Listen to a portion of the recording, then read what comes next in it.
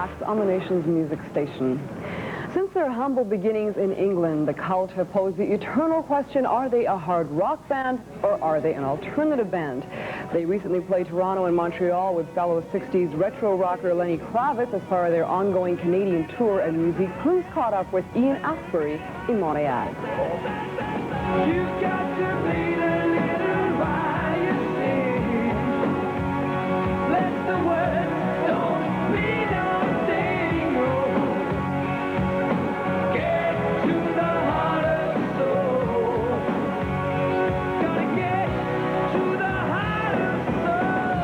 Do you think the Cult would have survived if you had stayed in England?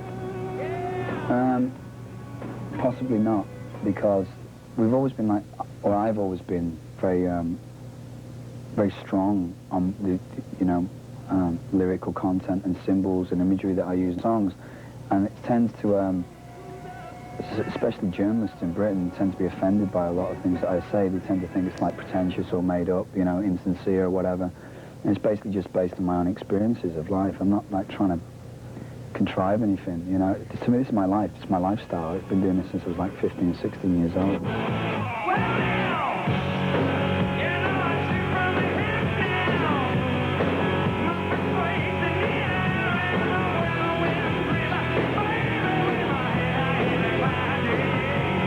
And I think now, this year, 92, especially because with the 500th anniversary of Columbus as well, is a time where there should be a lot of reflection on the importance of native culture and native idealism and spirituality, because we're at a point now where we spend billions of dollars on scientists, trying to say, get up with the answers to a lot of the problems, but really they're right there in front of us.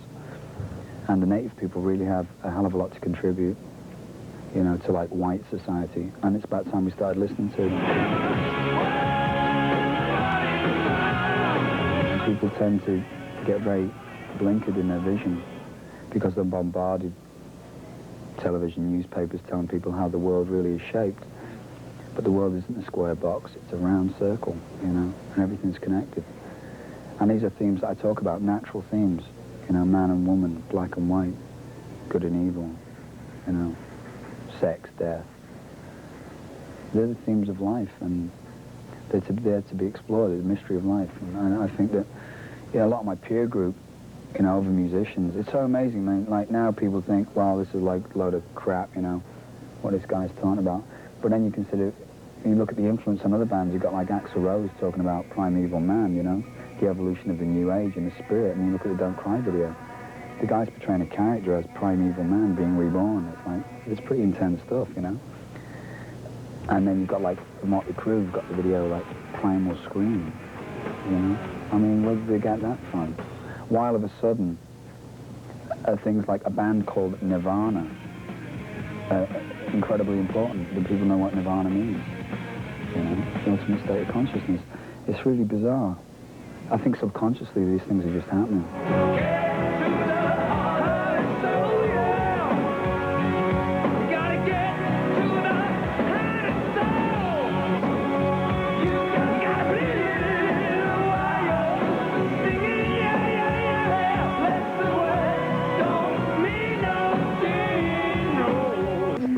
Lead singer of the Cult, and I was hoping you could go into the background of the band in terms of its evolution from a Southern death cult to the Cult.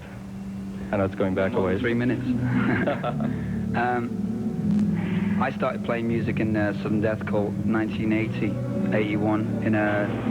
I was like a vagabond. I was traveling around following bands like Clash, The Clash, Crass, Poison Girls. I ended up in a city called Bradford, and I was in that town. Some guys asked, like, I had a mohawk haircut, and they asked me to join the band, and that became Southern Death Cult, which kind of overnight became incredibly successful. We only released one single, and then we split up. At that point, I was offered a major deal by CBS, but I didn't want to get into any kind of like corporate stuff, so we just signed a Beggars Banquet. And I'd met Billy on Southern Death Cult out for a band called Theatre of Fate, and that's where I met Billy. And I wanted to do something that was more guitar orientated, because Southern Death Cult was just kind of like thrash, really. I wanted to do something a bit more crafted. So Billy was probably the only guitar player around in England that I saw that had any kind of competence or, direction in terms of guitar playing. So we put together originally Death Cult, which we kind of used to capitalize on the success of Southern Death Cult, and then eventually chopped it down to the Cult. And I guess over a period of time, it's just basically learning how to play our instruments and incorporating our influences, really. You know, so it's been an evolution all the time. Was Spirit Walker the band's first single? Spirit Walker was probably the first single that had any kind of success for us and any kind of profile for the group. The first thing we released was an EP as the Death Cult, which had 4 tracks on it, which probably sold about 25,000 copies in Britain, and you know, and got sort of a smattering of critical acclaim around the world. But really, Spirit Walker was the first thing that, you know, achieved anything for the Cult. The band changed direction, I thought, radically between the Love album and Electricity. Was that deliberate and planned out, or was it just happenstance? I think part of the thing was that we were in England. You see, there was no rock producers available in England, and we basically worked with any producers that, you know, that had any kind of competence and knew what a studio was. We ended up working with a guy called Steve Brown on the Love album. He produced a Wham! Fantastic album, and it was like, really, there was no rock producers. So when we went to make the Electric album, we had a very definite idea of what we wanted to do, a much more progressive, harder rock album than what Love was. And we went in with Steve again, but it didn't work out whatsoever. So we've been a great fan of Rick Rubin for a period of time, and we got in touch with him and re-recorded the album with him. In terms of being like a really, you know, kind of conscious change, it was more like the period between the 2 recordings was nearly 2 years, year and a half, something like that. And I think that we were really, that period really consolidated our sound, you know. So it was just a case of like interpreting our influences. I don't know if the word is stealing from Led Zeppelin is not, but you kind of were. Influenced by. And you were proud of it. I remember when I talked to you. Oh yeah, I mean that ago. was the whole thing, because it was like. It wasn't hip then. No, it wasn't. No. It was not hip, and the whole thing was, you know, during the punk rock time, we were told like all the music from the 70s, we weren't supposed to listen to it. Right. So in the early 80s in Britain, all the music that was coming out was kind of eclectic. You know, it was like the popular groups like the Banshees, Killing Joke, Bauhaus, Theatre of Hate, very kind of eclectic sounding groups. But nobody was really like, I don't know, ripping it up. Nobody was letting it all hang out. It was very introverted and introspective music. And it didn't really do me at all. It didn't speak for me, and I didn't relate to it at all. So I wanted to hear what wasn't supposed to be listened to, what was taboo, and started listening to things like Hendrix and Joplin and the Doors and Zeppelin and The Who and Cream and MC5 and the Stooges, and the list got endless, Patti Smith, The Underground, and realizing that there was the amount of craft and creativity and soul and the depth, the field of the spectrum of the music from them was incredible. And that in the 70s it became self-indulgent and boring, but late 60s, early 70s was a great period. So that became a major influence for us. And we were like kids in a candy store, because we just discovered this, naively so, but our critics said to us that, you know, we shouldn't be allowed to play this kind of music because it's been done before, and, you know, they'd already heard it all done before. And we're going like, but to us it's new, it's exciting, and, you know. So we wore our influences on our sleeve, definitely.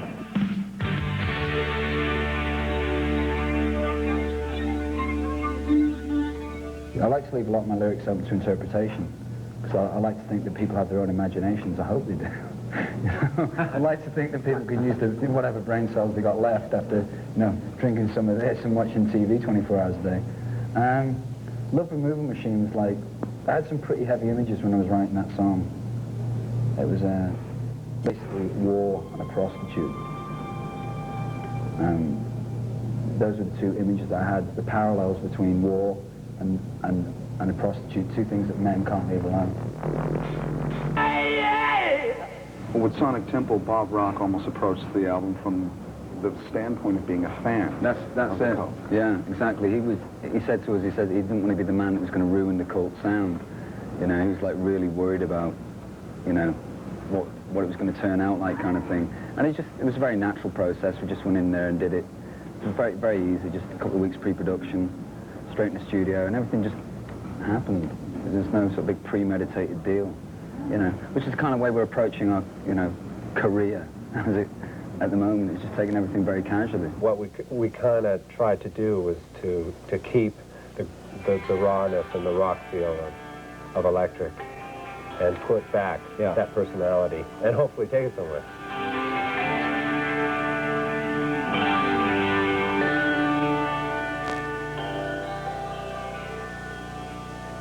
you've always been very dominant, of course, with the guitar sound, right? Straight in your face in the mix, right? It's right there. Must be wonderful to hear that. Yeah, I'm very pleased, Right. yeah. But in fact, they have moved your profile forward. Yeah, in terms of image-wise, I suppose, with this album, they're using the kind of Guitar Hero thing a bit. Why? First of all, did you feel unappreciated? No, not at all. I've always kind of liked the role. It's like very much a partnership, the group. I mean, obviously with any band, the lead singer usually takes the focus. I mean, right from the off, people assume it's his band, he does everything, and like the whole band couldn't exist without him, which is normally, you know, sometimes that's the case. You usually get singer-songwriters. With us, it's more of a partnership. But I mean, if those lyrics are on a Cult album, that involves me. And I personally take that from North American Indian culture, or like native peoples, like throughout wherever, Aborigines, whatever, you know, their oneness with the earth and stuff, I think, there's a lot to be learned from us. You know, there's a little bit more to life than like cars and money. Saying that Aboriginal people are saying that, you know, African people are saying, all tribal people are saying, and we were all tribal peoples at one time. We had a closer balance with the earth, you know, sort of like white, Western, European, Canadian, American, whatever people we are, supposed to be the melting pot of white people. We were all tribal peoples at one time. And I think we have to go back to the indigenous peoples for guidance, really. I have a poster in my house saying, we construct intricate rituals to touch the skin of other men. Yes, most definitely. And it was a shot of a stag party. A stag party? You know, before guys get married. Yeah, there's sort of the trite social rituals for male bonding that seem to be, you know, it's kind of sad, really. I think there's a little bit more to the mystery of life than that, you know.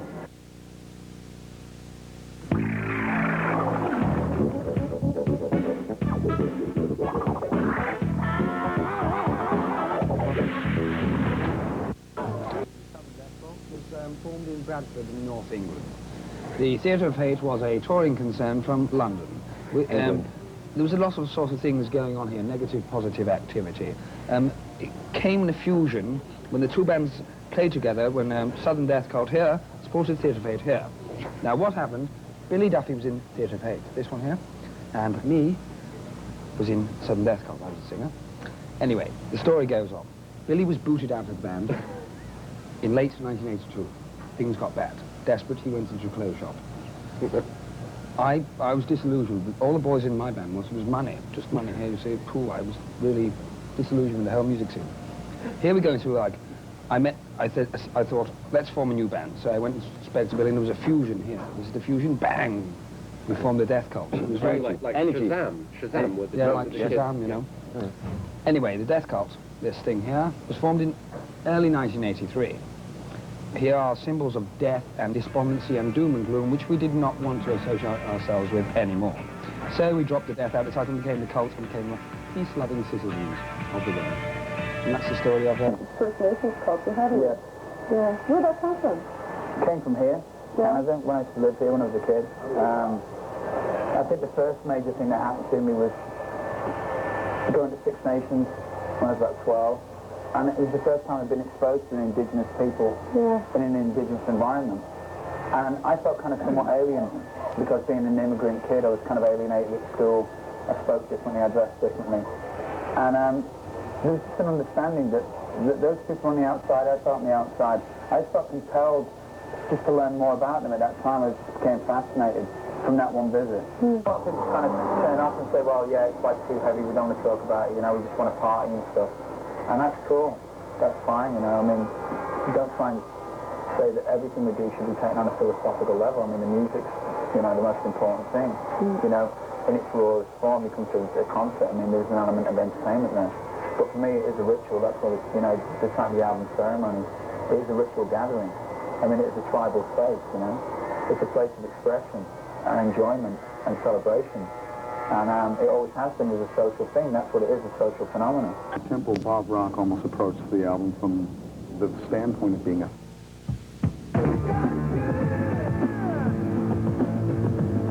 Really in writing songs is like, it's really funny. Some of our songs that we've written that have gone on to be very popular have been written really easily, and there isn't really a general trend. I mean, some of them came together like that, like a bit of music. The first thing that came out of his mouth would be like the chorus, which is usually the hardest thing to get together.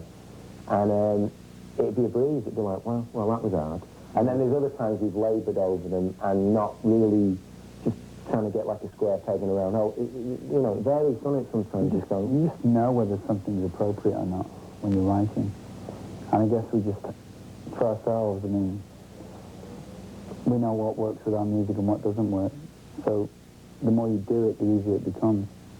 You've already knocked about 10 ideas on the head before you know. It's sort of like trying things out, you know exactly what's going to work, so it's quite an easy process now, writing songs.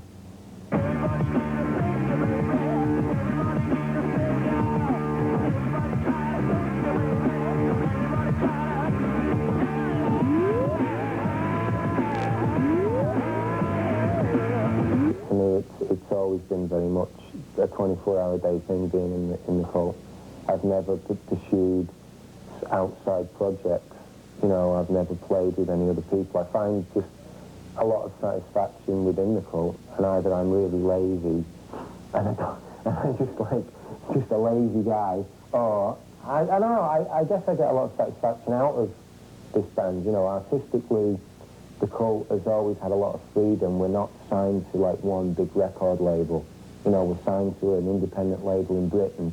We have a great deal of artistic control and always have done over our sleeves, our videos, the clothes we wear. Nobody's told us what to do, and I don't believe a lot of people understand that about the cult.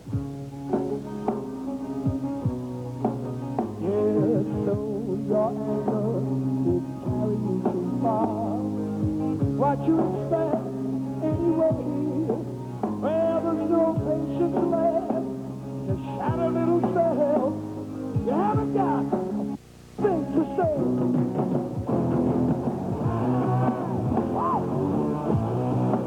On your We've taken like an independent band, and we used to put our own little leaflets in our records when we started with the Death Cult. And they used to go out, we printed our own information things.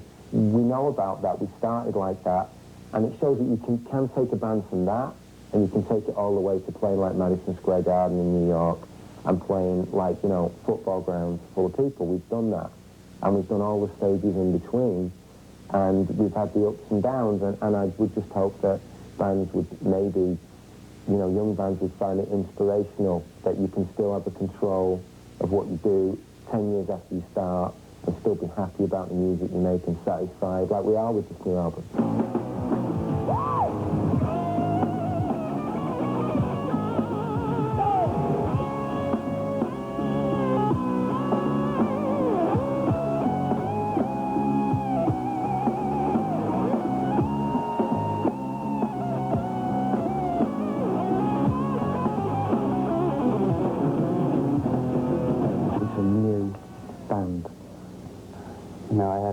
The only record I'd really heard was the Love album. So it's like, I was like, this is a great chance for me to bring something new to the band because I'm so outside of it. You know, it's just, I'm just clueless in that whole genre, really. So for me, it was like a real challenge to come in and not know, you know. You still don't know, do you? I don't know. I don't know at all. Yeah, you're high. Alone. Yeah, you're 17, you're wasted, you don't give a damn. All you want to do is get stoned up. Well, thank you. If this record was incredibly successful and you went out and sold millions and millions and millions of copies around the world, I have no idea what I'm going to be like in a year's time. I might just go insane again. But maybe that's just part of the way I am, the cycle, you know. Hopefully I'm mature enough and wise enough and experienced enough now to not be so self-destructive and be able to accept some, you know, acclaim for what we've done. We don't have any delusions of anything. We're just completely at one one with our music right now.